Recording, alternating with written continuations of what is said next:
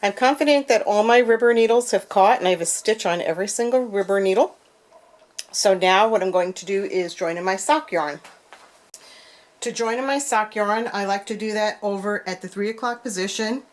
Right here, you're going to see the green mark for the 3 o'clock position. The needle that is right before it is a cylinder needle, and the needle that comes right after it is a ribber needle. What I'm going to do is crank over until the waste yarn catches on the cylinder needle and the latch closes. The ribber needle will be out, but the latch will be open. And I'm going to stop right exactly at that position.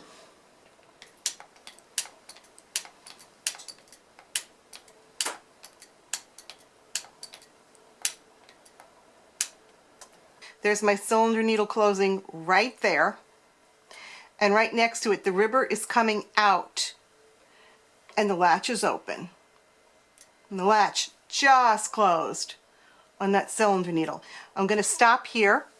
I'm going to cut my thread for my waste yarn, and then I'm going to thread through my sock yarn.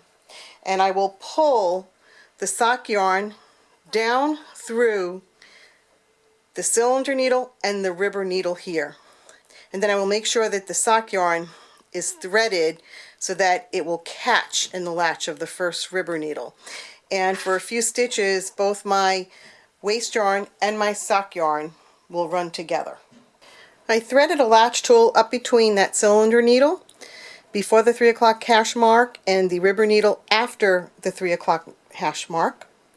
And it's right here, and I'm going to go ahead and thread it with the sock yarn. I have everything threaded, and I'm now pulling the sock yarn down through the cylinder in between those two needles. I thread my yarn carrier, and now I will start to crank around. And as I crank around, I want to make sure that the sock yarn catches on that first ribber needle. It's going to catch both the waste yarn and the sock yarn. Then I'll make sure that it catches on, that both threads catch on the cylinder needle, and then I will make sure that it catches on the ribber needle next to that. So I see the latch starting to close over that sock yarn. I'm just going to pull it just to make sure it's really in there all the way. And the next latch is closing here over that cylinder needle. And it's closing over that next ribber needle. And it just closed over here, but I'm going to make sure that waste yarn is down in there. And now it closed over both the sock yarn and the waste yarn on that next ribber needle. So now I'm pretty confident that everything is securely threaded and working correctly. So I'm going to put on my heel spring, and then I'm going to start my salvage row. I'm going to crank one full revolution around back to the 3 o'clock position, and I am working with the ribber dial at the in position. That means my ribbers will be coming out and catching stitches. So I work my first salvage row with the ribbers in operation. I'll be stopping my yarn carrier right at the 3 o'clock position.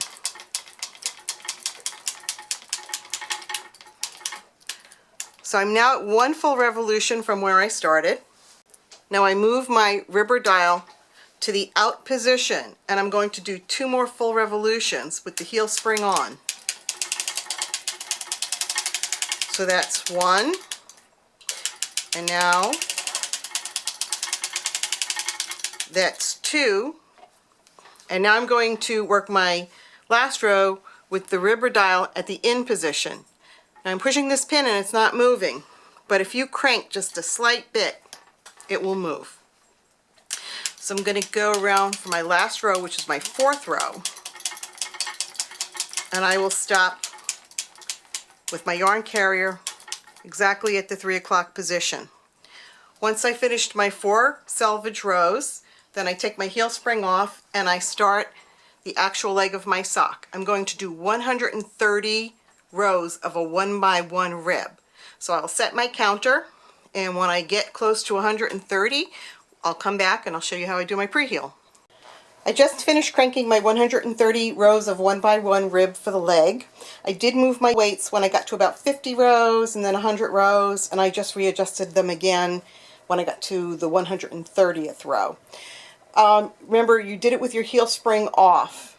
And I'm going to now remove the rubber needles on the back of the machine so that I can do my pre-heel. And I will do 20 rows of a pre-heel. Now, I'm going to start by moving rubber needles, and you can see I'm at the 3 o'clock position here with the cylinder needle that's right before the 3 o'clock position. And I'm going to start by removing this rubber needle, the one that's actually before the 3 o'clock hash mark. So I will have 3 cylinder needles on this side, at the 3 o'clock side, before the hash mark, and then I'll have cylinder needles all along the back. And then on the 9 o'clock side, I'm going to have 2 cylinder needles before the hash mark. And I'll move the camera around so that you can see the 2 cylinder needles. The reason why I don't start with the rubber needle that's right after the hash mark is I want to have a few knit stitches before I start my heel, and that avoids any holes in the sock. I'm going to start replacing the rubber needles with a cylinder needle along the back so that I can form my pre-heel. The front of the machine, the crank side of the machine, is right here. The 3 o'clock hash mark is right here. So I put in my cylinder needle, push it down, make sure your latch is open, and now I'm simply going to push my rubber needle out, and I'm going to place the stitch onto the cylinder needle. Then what I like to do is pick these up just slightly to make sure that the latch is open so that when my carriage comes around I catch the stitch. Go ahead and replace the next rubber needle. If you can't slide out your rubber needle, just advance just a little bit. Slide it out, put it onto the cylinder needle, and then lift up your needles. And before you actually start cranking, you're really going to go and make sure that all of those latches are open. You don't want any of them to be closed. Now I'll just continue going along the back of the machine, replacing the rubber needles with the cylinder needles. When I come around to the 9 o'clock side, I'll show you what that's going to look like. So I've come across the back and I have replaced all my rubber needles with cylinder needles, and I'm right now at the 9 o'clock position right here. So I want to replace the rubber needle that's after the 9 o'clock hash mark and the one that's before the 9 o'clock hash mark. And right now the pointer is pointing towards the front of the machine. So before the hash mark we'll have 2 cylinder needles. And what I should have when I'm done is 19 rubber needles left in the front of the machine. And those 19 rubber needles will be left in all the way down to the toe. So I'll have a 1 by rib going over the top of the foot. I'm going to do 20 rows for the pre-heel, so make sure that you reset your counter. When you're cranking your pre-heel, you want to make sure that the ribbers in the front are still catching stitches. Sometimes when you're moving around, pulling needles in and out, something gets dislodged. So I just kind of eyeball them as I'm going around and make sure that they're still catching.